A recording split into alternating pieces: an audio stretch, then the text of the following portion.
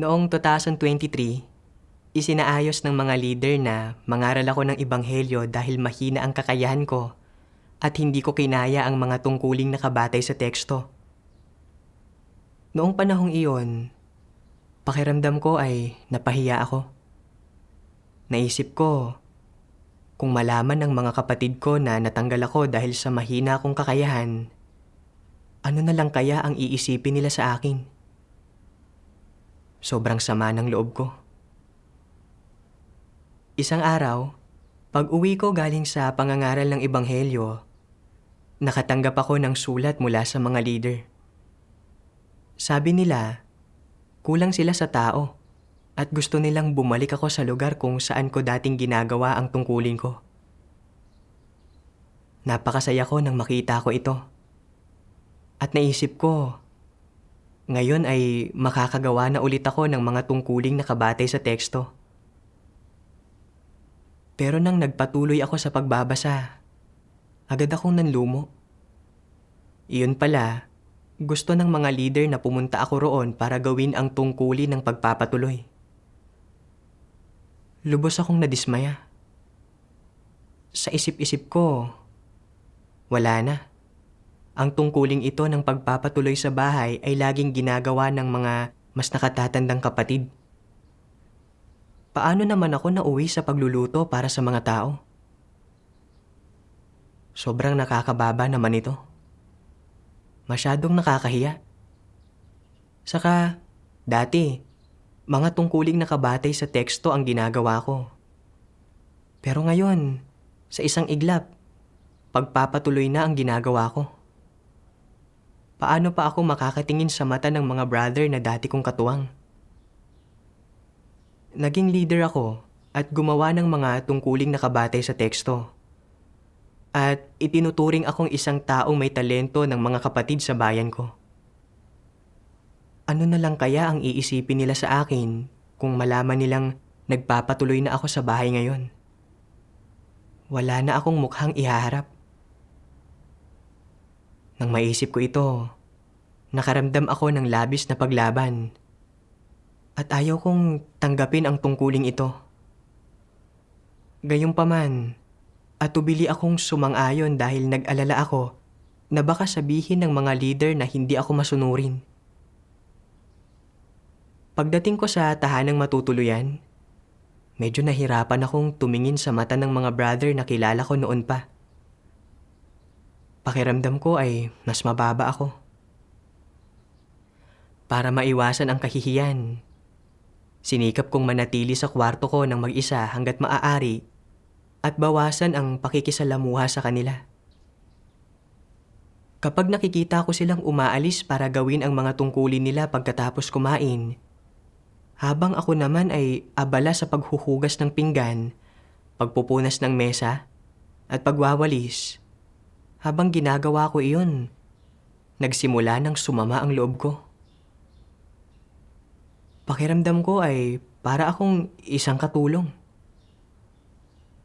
Minsan, inihahagis ko na lang sa isang tabi ang walis at hindi ako naglilinis ng ilang araw. At kung minsan, tinutulungan ako ng mga brother sa paglilinis.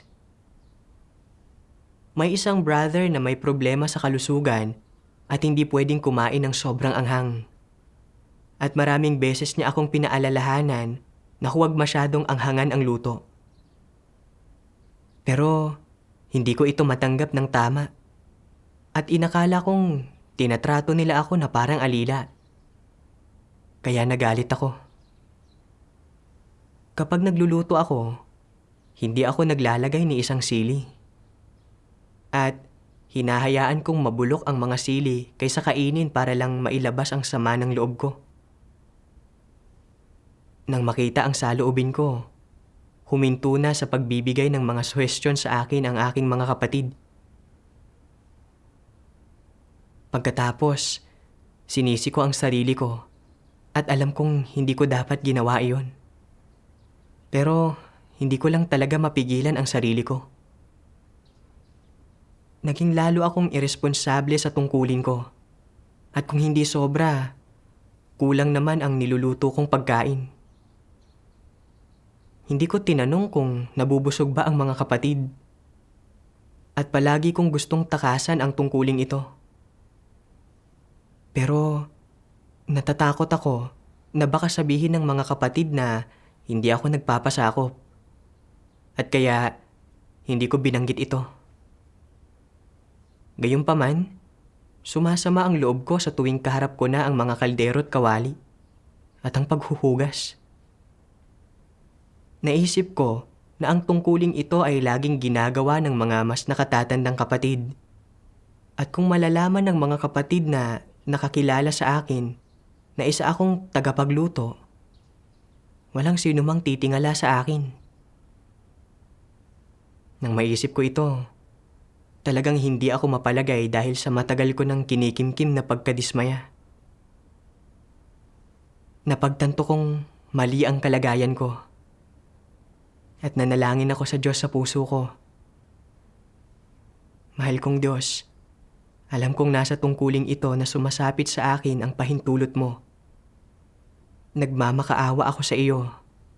Akayin mo akong magpasakop.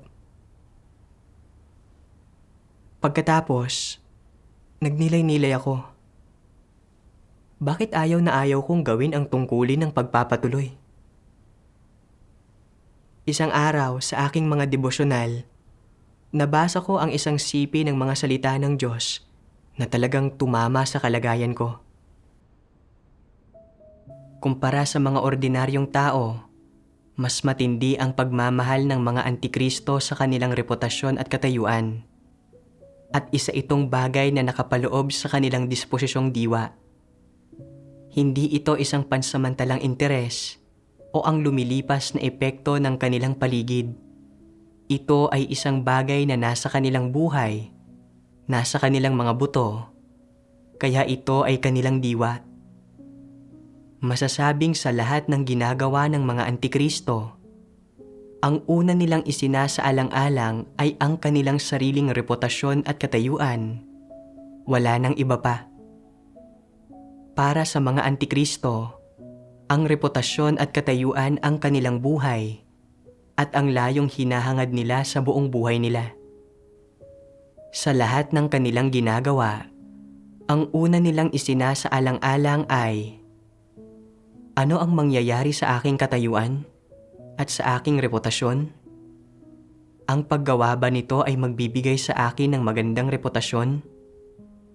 Itataas ba nito ang aking katayuan sa isipan ng mga tao? Iyon ang unang bagay na kanilang iniisip, na sapat na patunay na mayroon silang disposisyon at diwa ng mga antikristo. At dahil dito, kaya nila isinasaalang-alang ang mga bagay sa ganitong paraan. Maaaring sabihin na para sa mga antikristo, ang reputasyon at katayuan ay hindi kung anong karagdagang hinihingi lamang, lalong hindi mga bagay na panlabas sa kanila na makakaya nila kahit wala ang mga ito. Bahagi ang mga iyon ng kalikasan ng mga antikristo. Iyon ay nasa kanilang mga buto, sa kanilang dugo. Ang mga iyon ay likas sa kanila. Hindi masasabing ang mga antikristo ay walang pakialam kung sila ba ay nagtataglay ng reputasyon at katayuan. Hindi ganito ang kanilang saloobin. Kung gayon, ano ang kanilang saloobin? Ang reputasyon at katayuan ay malapit na nauugnay sa kanilang pang-araw-araw na buhay, sa kanilang pang-araw-araw na kalagayan, sa kung ano ang kanilang hinahangad sa araw-araw. Masasabi na sa puso ng mga antikristo, ang paghahangad sa katotohanan sa kanilang pananampalataya sa Diyos ay ang paghahangad sa reputasyon at katayuan.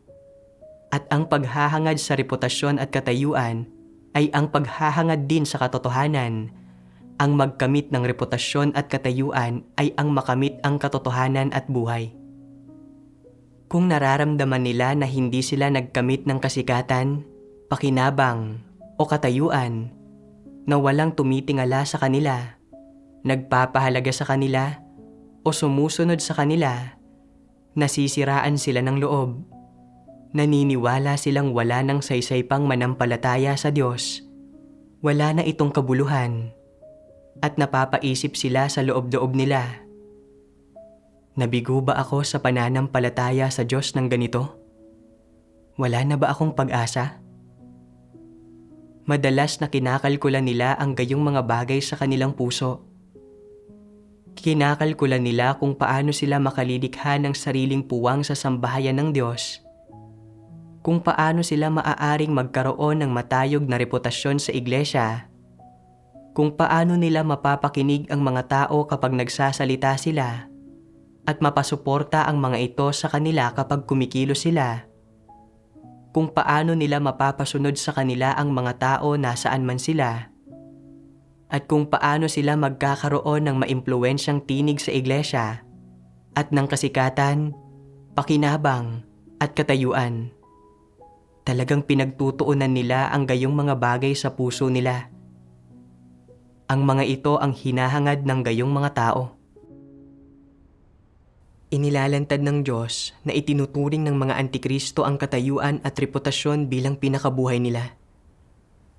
Anuman ang tungkuling ginagawa ng mga antikristo, hindi nila kailanman isinasaalang-alang ang mga interes ng sambahayan ng Diyos. Sa halip, ang iniisip lang nila ay kung magkakaroon ba sila ng katanyagan at paghanga ng iba. At sa sandaling hindi nila makamit ang reputasyon at katayuan, para na rin kinuha ang buhay nila. Ito ay itinatakda ng diwa ng mga antikristo.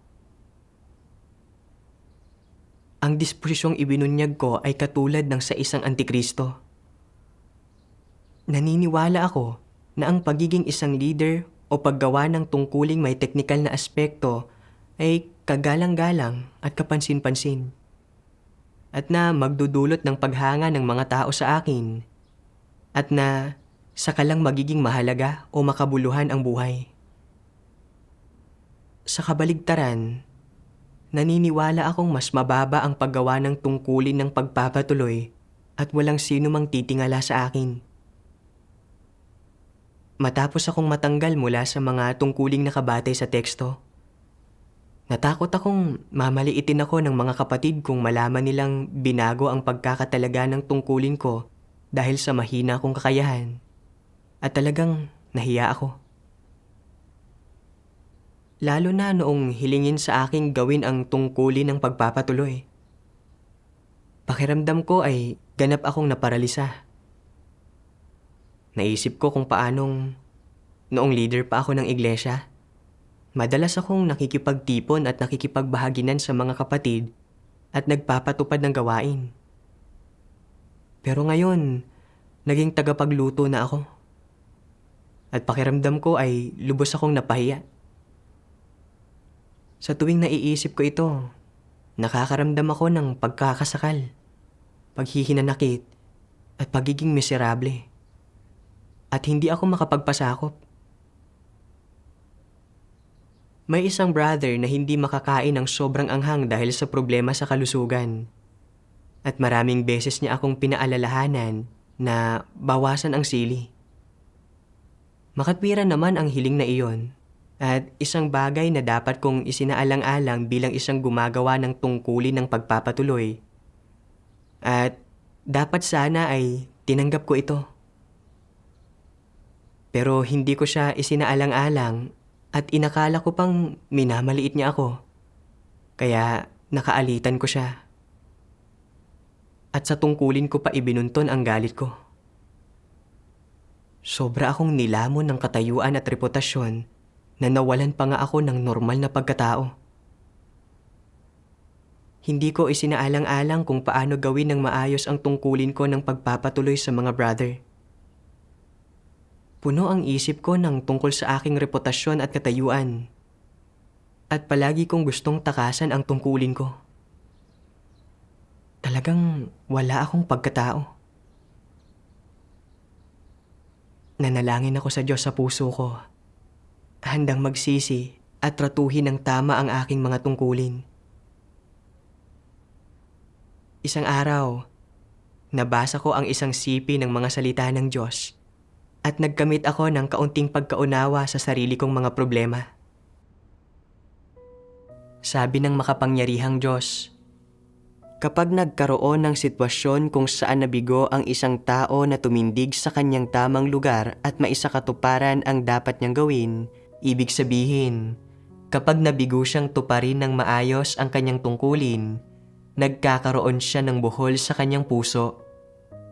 Isa itong napaka-praktikal na problema at isang problemang dapat lutasin. Kung gayon, paano ito dapat lutasin?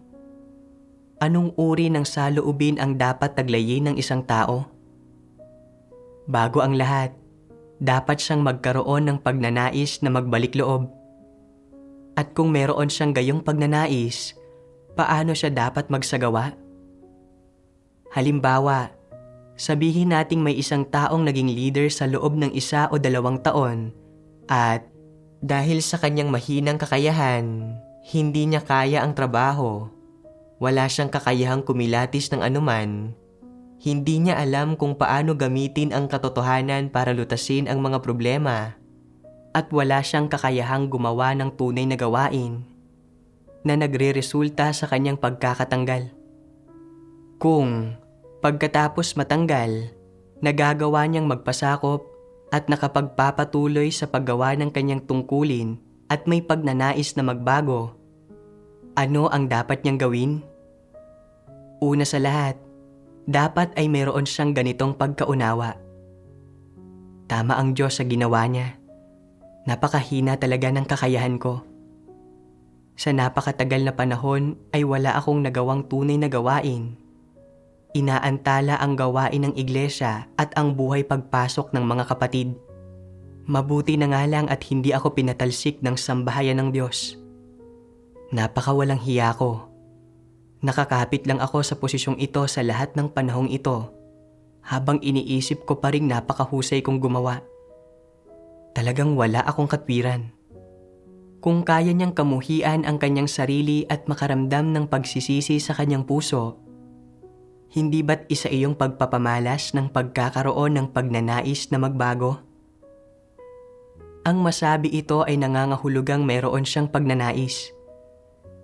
Ipagpalagay na sinasabi niya ito sa kanyang puso.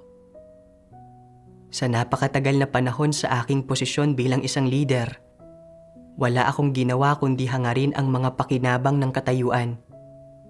Nangangaral lang ako ng mga doktrina at sinasangkapan ko ang sarili ko ng mga doktrina. Hindi hinahangad ang buhay pagpasok. Ngayon lang na natanggal ako, nakikita ko na labis akong nagkukulang at napakarami kong kakulangan. Tama ang ginawa ng Diyos at dapat akong magpasakop. Dati, noong may katayuan ako, napakabuti sa akin ng mga kapatid. Nagkukumpulan sila sa paligid ko saan man ako magpunta. Ngayon, walang pumapansin sa akin at itinatakwil ako ng lahat. Nararapat ito sa akin. Ito ang ganting dapat kong matanggap. Bukod pa rito, paanong magkakaroon ng anumang katayuan ang isang nilikha sa harap ng Diyos? Gaano man kataas ang katayuan ng isang tao, hindi ito ang kanyang kinalabasan ni ang kanyang hantungan. Sa pagbibigay sa akin ng aking atas, hindi nilalayo ng Diyos na umakto akong nakatataas o magpakasaya sa aking katayuan, kundi para gawin ko ang aking tungkulin. Dapat kong gawin ang lahat ng aking makakaya. Dapat akong magkaroon ng saloobin ng pagpapasakop sa kataas-taasang kapangyarihan ng Diyos at mga pagsasaayos ng sambahayan ng Diyos. Bagamat mahirap magpasakop, dapat ko itong gawin. Tama ang Diyos sa ginagawa niya. At kahit pa ipagpalagay na mayroon akong libo-libo o 10,000 dahilan, wala sa mga iyon ang magiging katotohanan. Ang pagpapasakop sa Diyos ang katotohanan. Ang mga ito mismo ang mga pagpapamalas ng pagbabago. Kung taglay ng isang tao ang mga ito, paano susuriin ng Diyos ang taong iyon? Sasabihin ng Diyos na ito ay isang individual na may konsensya at katwiran. Mataas ba ang pagsusuring ito? Hindi ito masyadong mataas. Meron lang siyang konsensya at katwiran. Hindi pa niya naabot ang pamantayan ng magawang perpekto ng Diyos. Ngunit para sa ganitong uri ng tao, ito ay isang bagay na dapat pahalagahan. Ang kakayahang magpasakop ay bihira at mahalaga. Susunod, kung paano maghahangad ang tao para baguhin ng Diyos ang kanyang pananaw sa taong ito. Iyon ay nakasalalay sa landas na pipiliin nito. Pagkatapos kong basahin ang mga salita ng Diyos, nakaramdam ako ng hiya at pagkakonsensya. Kapag binabago ang pagkakatalaga ng tungkulin o tinatanggal ang isang taong may konsensya at katwiran, nagagawa niyang magpasakop, magnilay sa sarili, at makaunawa sa kanyang mga kakulangan. Tumatanggap sila ng hindi nangangatwiran o nakikipagtawaran sa mga kondisyon at gusto nilang magbago. Naisip ko kung paanong mahina ang kakayahan ko at hindi ko kaya ang paggawa ng mga tungkuling nakabatay sa teksto. Pagkatapos ng ilang buwang paggawa ng tungkulin ko, wala akong nakamit na anumang resulta at ganap na naaayon sa katotohanang prinsipyo na binago ng mga leader ang pagkakatalaga ng mga tungkulin ko. Kung ipinagpatuloy ko ang tungkuling iyon, maaantala ko lang ang gawain at magiging negatibo ako dahil sa hindi sapat na kakayahan ko. Ang pagsasaayos na ito ay kapakipakinabang kapwa sa gawain ng iglesia at sa akin. Pero hindi ko pinasalamatan ang Diyos at naging negatibo pa ako at nagreklamo. Sa paniniwalang ang paggawa ng tungkulin ng pagpapatuloy ay lubhang nakakababa para sa akin. Na para bang labis akong ipinahiya. Araw-araw, ginagawa ko ang tungkulin ko ng labag sa loob. Mahina ang kakayahan ko, pero hindi ako itiniwalag ng sambahayan ng Diyos. At sa halip ay binigyan pa ako ng isa pang pagkakataong gawin ang tungkulin ko. Biyaya ito ng Diyos. At dapat sana ay nagpasalamat ako sa Diyos at tinanggap ito at nagpasakop ng walang kondisyon. Pero dahil hindi ko alam kung ano ang makabubuti sa akin, naging negatibo ako. Nagpabaya at nakaramdam ng galit at hindi pagtanggap. Talagang wala akong konsensya at katwiran. Pagkatapos, nagnilay-nilay ako sa sarili ko. Bakit palagi akong nalilimitahan ng katayuan at pride sa tungkulin ko? Nabasa ko ang isang sipi ng mga salita ng Diyos at nahanap ko ang pinakaugat ng problema ko. Gusto ba ninyo na palaging maging superior sa iba, na ibuka ang inyong mga pakpak at lumipad, at maging isang agila sa halip na isang munting ibon? Anong disposisyon ito? Ito ba ang prinsipyo ng sariling asal? Ang inyong sariling asal ay dapat nakabatay sa mga salita ng Diyos. Ang mga salita ng Diyos lamang ang katotohanan. Lubha na kayong nagawang tiwali ni Satanas at lagi ninyong itinuturing ang tradisyonal na kultura, ang mga salita ni Satanas bilang katotohanan, bilang layon ng inyong paghahangad, na ginagawang madali para sa inyo na tumahak sa maling landas, na tumahak sa landas ng pagsalungat sa Diyos. Ang mga kaisipan at pananaw ng tiwaling sangkatauhan at ang mga bagay na hinahangad nila ay pawang salungat sa mga pagnanais ng Diyos, sa katotohanan, at sa batas ng pagiging kataas-taasang kapangyarihan ng Diyos sa lahat ng bagay, sa kanyang pamamatnugot sa lahat ng bagay, at sa kanyang pagkontrol sa kapalaran ng sangkatauhan. Kaya gaano man kawasto at kamakatwiran ang paghahangad mo ayon sa mga kaisipan at kuro-kuro ng tao, hindi positibong bagay ito sa perspektiba ng Diyos at hindi ito naaayon sa kanyang mga layunin. Dahil nilalabanan mo ang katunayan ng kataas-taasang kapangyarihan ng Diyos sa kapalaran ng sangkatauhan at nais mong gumawa ng sarili mong daan, na inilalagay ang iyong kapalaran sa sarili mong mga kamay, palagi kang bumabangga sa mga pader. Iniiwan ang iyong sarili na bugbog at may pasa, At hindi kailanman nagtatagumpay ang lahat para sa iyo. Bakit hindi nagtatagumpay ang lahat para sa iyo? Dahil ang batas na ito na itinatag ng Diyos ay hindi mababago ng sino mang nilikha. At ang autoridad at kapangyarihan ng Diyos ay nangingibabaw sa lahat ng iba pa. At hindi maaaring labagin ng sino mang nilikha. Masyadong mataas ang tingin ng mga tao sa kanilang mga abilidad. Ano ba ang palaging nagpapanais sa mga tao na maging malaya sa kataas-taasang kapangyarihan ng Diyos at palaging nagpapanais sa kanilang kontrolin ang sarili nilang kapalaran at planuhin ang sarili nilang hinaharap at nagpapanais na kontrolin ang kanilang mga kinabukasan, direksyon at layon sa buhay? Saan nanggagaling ang motibasyong ito? Sa mga tiwaling satanikong disposisyon. Ano kung gayon ang idinudulot ng mga tiwaling satanikong disposisyon sa mga tao? Pakikipaglaban sa Diyos. Ano ang nangyayari sa mga taong nakikipaglaban sa Diyos? Pasakit. Ang pasakit ay wala pa sa kalahati nito. Ito ay pagkawasak. Ang nakikita mismo ng iyong mga mata ay pasakit, pagiging negatibo at kahinaan. At ito ay paglaban at mga reklamo. Ano ang idudulot na kinalabasan ng pakikipaglaban sa Diyos? Pagkalipol. Hindi ito maliit na usapin at hindi ito biro. Mula sa mga salita ng Diyos, naunawaan ko na pangunahin akong nagapos ng mga satanikong lason tulad ng iniiwan ng tao ang kanyang pangalan saan man siya maglagi, tulad ng pagputak ng gansa saan man ito lumipad.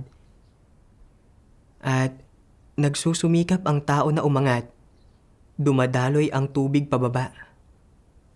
At nabubuhay ako para sa kasikatan at pakinabang. Noong bata pa ako, matindi na ang pagnanais ko para sa reputasyon at katayuan. Noong teenager ako, nakita ko ang maraming taong nagtatrabaho bilang kantero. At sinabi ko sa sarili ko, kahit mamatay pa ako sa kahirapan, hindi ako kailanman magiging kantero. Ganoon ang inisip ko dahil naniniwala akong trabaho iyon ng mga taong walang kasanayan at walang kinabukasan. Talagang naiinggit ako sa mga may malaking negosyo. Kagalang-galang ang pananamit at hinahangaan at kinaiinggitan saan man sila magpunta. Kalaunan, nagsimula akong matutong magnegosyo at pinuri ako ng lahat ng taga-nayon. Sinasabing, matapang ang batang ito. Tiyak na may maganda siyang kinabukasan. Tuwang-tuwa ako nang marinig ko ito. Sa lahat ng ginagawa ko, kailangan kong isaalang-alang kung kagalang-galang ba ito o hindi at kung magiging dahilan ba ito para tingalain ako ng mga tao. Matapos kong manampalataya sa Diyos, patuloy akong namuhay ayon sa mga satanikong laso na ito. Inakala ko na ang pagiging isang ordinaryong mananampalataya na gumagawa ng tungkuling nangangailangan ng pagpapakapagod ay hindi makakapagpakita ng aking halaga. Inakala ko na ang pagiging isang leader o paggawa ng isang tungkuling may aspektong teknikal ay magpapasikat sa akin at magiging dahilan para kainggitan at hangaan ako ng mga tao. Tanging sa paraang ito magiging mahalaga at makabuluhan ang buhay. Kaya sa paggawa ng aking tungkulin, naging napaka-aktibo ko at nagawa kong isuko at iwanan ang mga bagay-bagay. Naisip ko noong leader pa ako at kung paanong hinahangaan ako ng mga kapatid saan man ako magpunta. Lalo na kapag hinihiling nila sa akin na mas madalas akong makipagtipon at makipagbahaginan sa kanila. Sa sobrang tuwa ko ay hindi ko na alam ang sasabihin ko. Pakiramdam ko ay ginagalang ako at ganadong-ganado akong gawin ang tungkulin ko. Gayunpaman, nang hilingin sa aking gawin ang tungkulin ng pagpapatuloy sa bahay. Para akong nalantang dahon. Pakiramdam ko ay mas mababa ang paggawa sa tungkulin ito. Kaya lumaban ako at nagreklamo sa puso ko. At naging negatibo ako at nagpabaya sa paggawa ng aking tungkulin. Kapag nagluluto ako, kung hindi sobra-sobra, masyadong kaunti naman ito. At walang sapat na makakain. Minsan, kapag may nakikita akong tirang pagkain, basta na lang ako naghahanda ng pagkain mula roon ng pabasta-basta. Walang pakialam kung sapat ba ito para sa mga kapatid o hindi. Kapag nagluluto, hindi ko isinasaalang-alang ang kalusugan ng brother ko. At kapag pinaaalalahanan niya ako, sumasama pa ang loob ko. Kapag masama ang timpla ko, ni hindi man lang ako naglilinis. Habang namumuhay ako ayon sa mga satanikong lason, lalo akong nawawalan ng katwiran at normal na pagkatao. Kung hindi ako magsisisi, hindi lang magkakaroon ng pagtutol sa akin ng mga kapatid. Hindi rin malulugod ang Diyos at sa paglipas ng panahon, aabandonahin ako ng banal na espiritu. Nang maunawaan ko ito, medyo natakot ako. Kaya nanalangin ako sa Diyos na handa akong magpasakop sa kanyang mga pamamatnugot at pagsasaayos at gawin ng maayos ang tungkulin ko. Kalaunan, nabasa ko ang 2 pang sipi ng mga salita ng Diyos at naunawaan kung paano tratuhin ang mga tungkulin ko. Sabi ng makapangyarihang Diyos, sa sambahayan ng Diyos, sa tuwing may isinasaayos na gawin mo, mahirap man ito o nakapapagod na gawain, o gusto mo man itong gawin o hindi, tungkulin mo ito.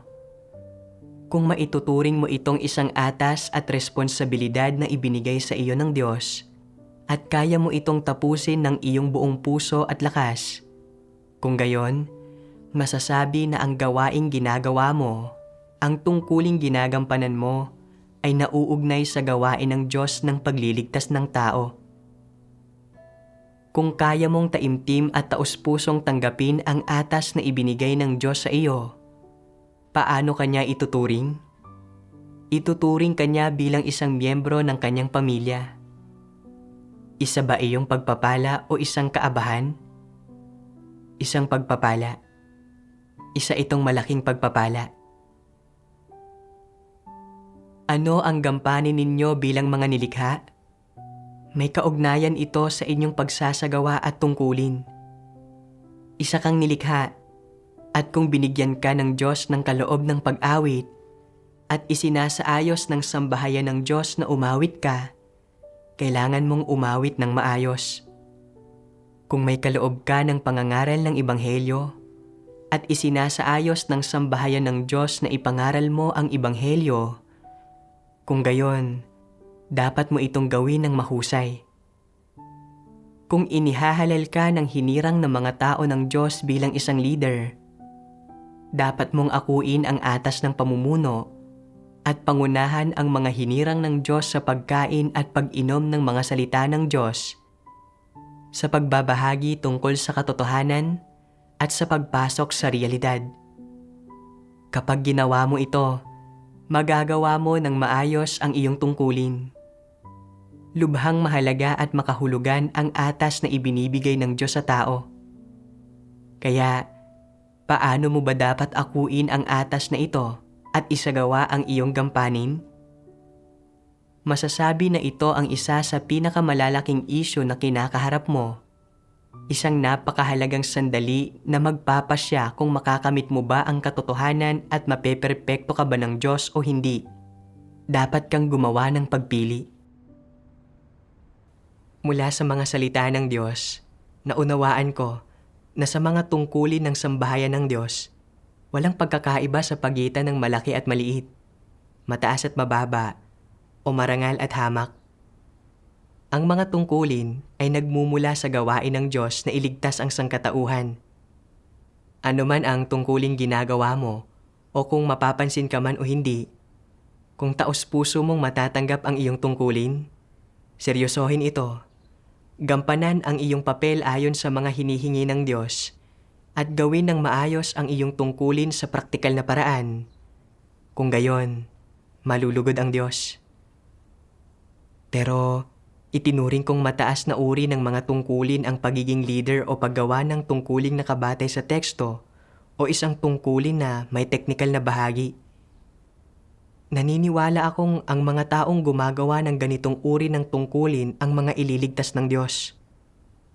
Habang ang mga nagpapatuloy at nag-aasikaso ng mga gawain ay nagpapakapagod at nagseserbisyo lang.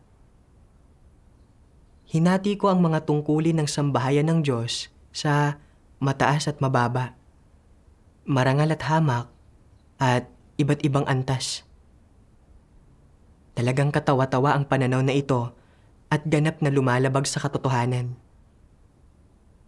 Naisip ko kung paanong wala akong mga kasanayan para gawin ang tungkuling nakabatay sa teksto. Mahina rin ang kakayahan ko. At nabigo akong magkamit ng anumang resulta sa tungkulin ko sa loob ng mahabang panahon. Kung pipilitin ko ang sarili ko na makipagtulungan para lang hindi mapahiya, hindi ko lang mahahadlangan ang gawain ng iglesia, kundi malamang na magiging negatibo rin ako, na walang maidudulot na pakinabang sa sarili kong buhay.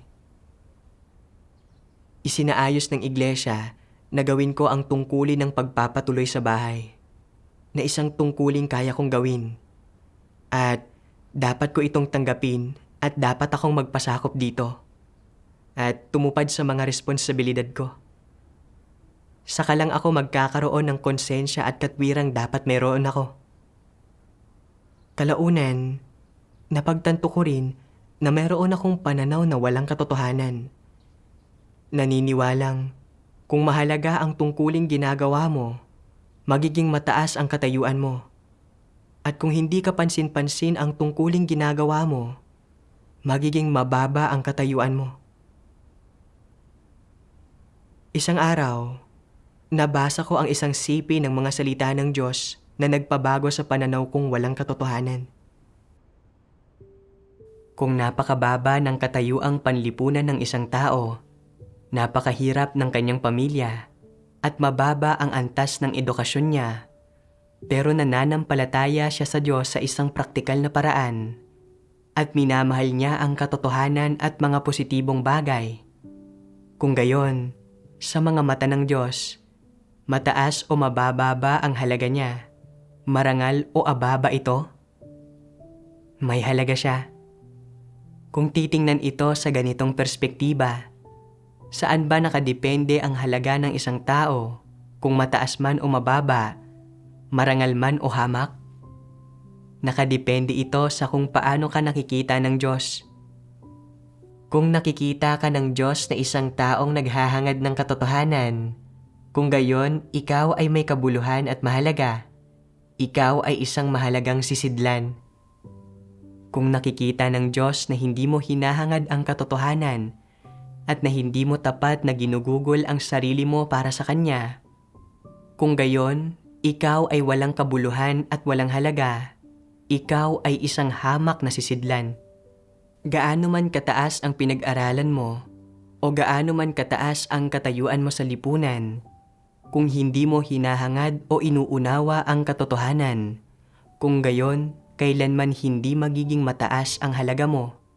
Kahit na maraming taong sumusuporta sa iyo, nagtataas sa iyo, at sumasamba sa iyo, isa ka pa ring basura. Kung titingnan ito ngayon, ano ang batayan sa pagtukoy ng halaga ng isang tao bilang marangal o hamak? Ito ay ang kanilang saloobin sa Diyos, katotohanan, at mga positibong bagay. Tama iyon. Una sa lahat, dapat maunawaan ng isang tao kung ano ang saloobin ng Diyos. Ang maunawaan ang saloobin ng Diyos at maunawaan ang mga prinsipyo at mga pamantayan kung paano binibigyang hatol ng Diyos ang mga tao At pagkatapos ay sukatin ang mga tao batay sa mga prinsipyo at mga pamantayan ng pagtrato ng Diyos sa mga tao. Ito lamang ang pinakatumpak, pinakaangkop, at pinakapatas. Mula sa mga salita ng Diyos, naunawaan ko na ang pagiging marangal ng isang tao sa sambahayan ng Diyos ay hindi nakadepende sa kung may katayuan siya o wala, at hindi nakadepende sa kung may humahanga o sumasamba sa kanya. Sa halip, nakadepende ito sa kung minamahal ba ng mga tao ang katotohanan at kung hinahangad ba nila ang katotohanan. Kung hindi hinahangad o minamahal ng isang tao ang katotohanan, gaano man kataas ang kanyang katayuan at gaano man karaming tao ang pumapalibot at sumasamba sa kanya, hindi lang ito walang halaga, kundi mabubunyag at matitiwalag din siya dahil sa pagtatamasa sa mga pakinabang ng katayuan. Kahit na walang katayuan ang isang tao at walang tumitingala sa kanya, kung minamahal niya ang katotohanan, merong may takot sa Diyos na puso, at kayang manampalataya sa Diyos at gawin ang kanyang tungkulin sa praktikal na paraan, mahalaga ang gayong mga tao sa paningin ng Diyos. Dati, palagi kong iniisip na ang mga tungkulin sa pagpapatuloy at pangkalahatang usapin ay trabahong nangangailangan ng pagpapakapagod, na minamaliit ng lahat. At gaano mo man kahusay gawin ang mga tungkuling ito, wala iyong silbi. Kaya ayaw kong gawin ang ganitong uri ng tungkulin, at ang tanging hinangad ko ay maging leader o gumawa ng tungkuling may aspektong teknikal. Ngayon, napagtanto ko kung gaano talaga kakatwa ang pananaw ko. Naisip ko kung paanong walang ibang hinangad si Pablo kundi ang maging mas mataas sa lahat ng iba pang apostol. Naglakbay siya sa halos buong Europa para ipangaral ang Ebanghelyo. At nagsulat din ng maraming liham. Nakuha ang paghanga at pagsamba ng lahat. Pero hindi niya nakamit ang katotohanan at buhay. At meron siyang malalim na nakaugat na tiwaling disposisyon.